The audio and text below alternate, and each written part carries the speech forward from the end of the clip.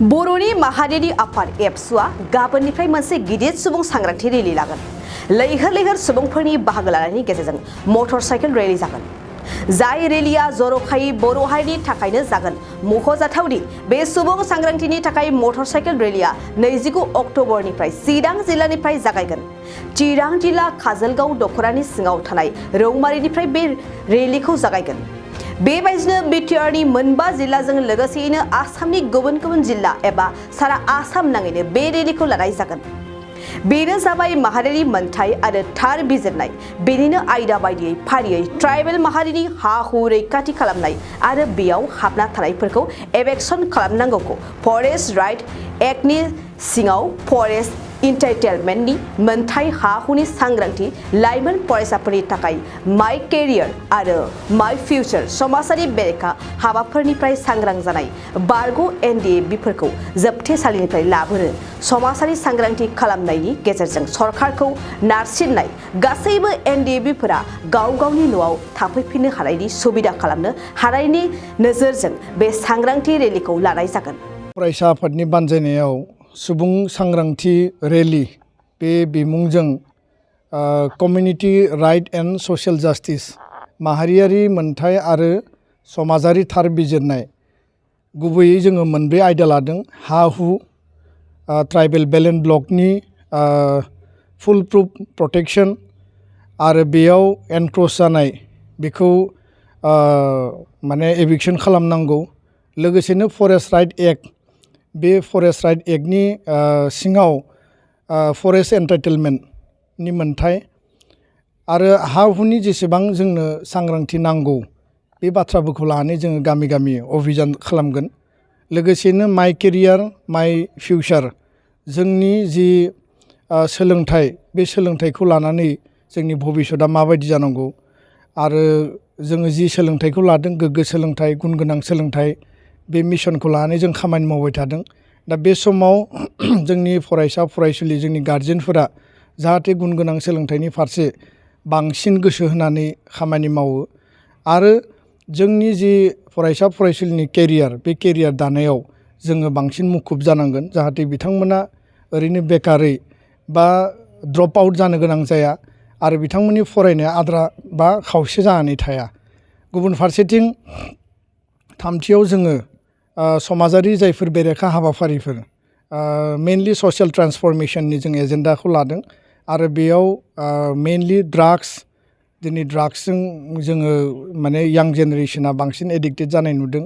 बे मोनसे साइलेन्ट किलार बादि आरो ड्राग्स, जौ जुवा, लोगोसे मानसि लांखारनाय, दायना दायनि फोथायनाया दाबो जोंनि गेजेराव दङ आरो उन्दै बैसोआव हाबा जानाय, बेखौबो जों बिराद नुनो मोन्दों। मबाइल आरो मटर साइकेल बा नोङो स्कुटिनि मोनसे माने बेबायदि थाबथानाय गैयै जि बाहायनाय, बे मोनसे एक्सेसिभ इउस। जोंनोथ' निड बेस जिखिनि बाहायनांगौ बेखौ बाहायखानांगोन, खिन्थु बिनिबो बांसिन बाहायनायाव समाजाव गोबां बेले बेजे बा गोबां सौग्रावनानै आस'खान्दा जिउ गोमानो गोनां जानायखौबो जों नुदों आरो मबाइलजों गोबां इन्सिडेन्ट, गोबां क्राइम जानायखौ जों नुनो मोन्दों। दा बेखायनो बे गासै बिथिंखौ समाजाव मोनसे सांग्रांथि लाबोनाय मोनसे जोङो उद्देश्यजों जोङो बे हाबाफारिखौ लादों आरो ब्रैथियाव जेलाव थानाय जेसेबां जोंनि एनडिएबि, बारग' एनडिएबिनि दैदेनगिरि आरो बिबानगिरि मावथिफोर दङ, बिथांमोनखौ दिहुननायनि थाखाय समाजारि मोनसे सांग्रांथि हाबाफारि लाबोनायनि गेजेरजों सरकारखौ नारसिननाय आरो सरकारनिसिम प्रेसार बिल्डिं खालामनानै बे लिगेलि जुडिसियेल पइन्ट अफ भिउआनो जाया मानो बा सरकारनि इनिसियेटिभजोंनो जाया मानो, गासैबो एनडिएबिफोरखौ गावबा गावनि न'आव थाफैफिननो हानाय बेब'स्था खालामनांगौ आरो बे मोनब्रै आयदाखौ लानानै जोङो गोजोननि थाखाय, खौसेथिनि थाखाय आरो एन्टि ससियेल जिखिनि एक्टिभिटिफोर जाबाय थादों, हा-हुनि सायाव जोंनि जिखिनि सांग्रांथि, जोङो जि हायाव दङ बे हानि गोबाङानो डकुमेन्टस गैया, गोबाङा हा दङ खिन्थु डकुमेन्टलेस। दा बे बाथ्राफोरखौ लानानै समाजाव जोङो फिन खनसेबाव मोजाङै सुबुं सांग्रांथि लाबोनायनि थाखाय जोङो गाबोननिफ्राय मेसिभ मोनसे केम्पेइन खालायगोन आरो नोंथांमोना बयबो मिथिगौ जे थांनाय समफोराव 2007आव 2300 किल'मिटार साइकेल रेलि हान्जा सुरदों।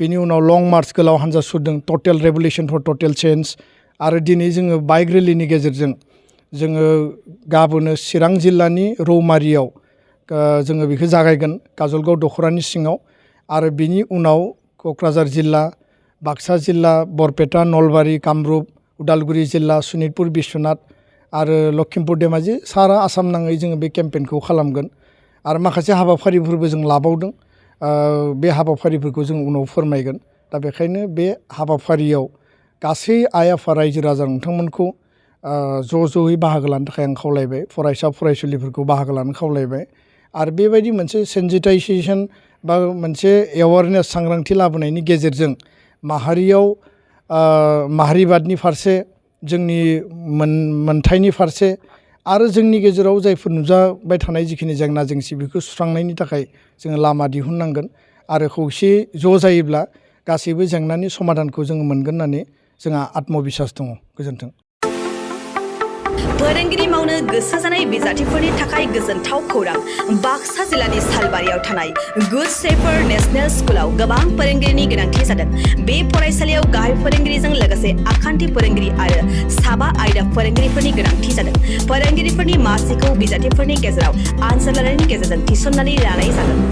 गाहाय फोरोंगिरि मासियाव एप्लाइ खालामनो थाखाय बिजाथिफोरा MA, MSc, BEd डिग्री लानाय इंराजि रोंगौथि गोनां लोगोआव 5 बोसोर गाहाय फोरोंगिरि महरै मावखांनाय रोंगौथि थानाय जानांगोन।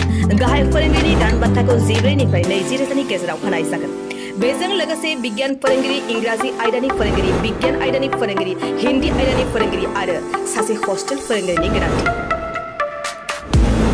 बेफोर आयदा फोरोंगिरिनि थाखाय गोसो गुदुं बिजाथिफोरा एप्लाइ खालामनोब्ला बिगियान फोरोंगिरिनि थाखाय बिजाथिया MSc आरो BEd डिग्री लानाय जाथारनांगोन। बिनि दान बान्थाखौ 10 निफ्राय 15 रोजानि गेजेराव होनाय जागोन। इंराजि आयदानि फोरोंगिरिनि थाखाय बिजाथिया इंराजि आयदायाव MA खालामनाय आरो BEd डिग्री लानाय जाथारनांगोन। बिनि दान बान्थाखौ 10 निफ्राय 15 रोजानि गेजेराव होनाय जागोन। बिगियान आयदानि फोरोंगिरिनि थाखाय बिजाथिया BSc लोगोआव BEd DLED डिग्री जाथारनांगोन। बिनि दान बान्थाखौ 9 निफ्राय 14 रोजानि गेजेराव होनाय जागोन। हिन्दी आयदानि फोरोंगिरिनि थाखाय बिजाथिया हिन्दी आयदायाव MA खालामनाय लोगोआव BEd DLED डिग्री गोनां जाथारनांगोन। बिनि दान बान्थाखौ 9 निफ्राय 14 रोजानि गेजेराव होनाय जागोन।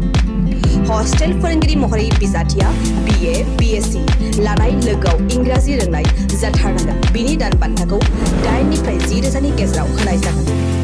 गोसो गुदुं बिजाथिफोरा थाबैनो 7086283946 नम्बराव WhatsAppनि गेजेरजों गावनि बिजाथिनि फोरमानलाइखौ हरनो हागोन। लोगोसे गोबां मिन्थिनो थाखाय 8473002079 जानबुं अनजिमायाव कल खालामनानै खौरां लाहरनो हागोन। आनजादखौ बोहैथि दाननि 30 अक्ट'बर रबिबार खालि फुंनि 10 रिंगायाव लानाय जागोन।